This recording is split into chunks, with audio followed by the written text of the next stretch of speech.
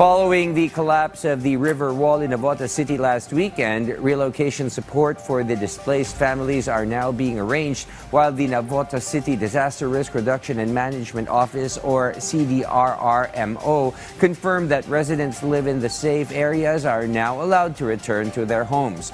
Furthermore, the reconstruction of the river wall is expected to start in the coming days. JM Pineda has the details. Christine still recalls how the water surged rapidly from the river after the protective dike collapsed last weekend. The river was also high tide that time, causing waters to rise above head level. Christine said that this is not the first time her community has been hit by major flooding. That is why she fears for the safety of her family. Kinakabahan po kasi naabot din po kami. Natatakot din po. May balak din po kaming umalis kasi nga po parang 2 beses na po nangyari to. Kasi yung nakaraan po na binagyo po kami, ganun din po na lagpas tao po yung tubig. Christine's home is located just a few meters from the collapsed river wall. She and her neighbors were among those evacuated over the weekend as flood water surged. They were only able to return yesterday after water levels subsided. The Navotas City Disaster Risk Reduction and Management Office said that only those residents live in the safe areas were allowed to return. Noong bumaba na yung high tide at bumaba na yung probability ng magkaroon ng pagbaha, pinabalik natin yung mga nakatira sa safe areas at yung mga nasa danger areas, yung 6 na pamilya, ito yung mga nakadikit doon sa bakod, hindi na natin pinabalik.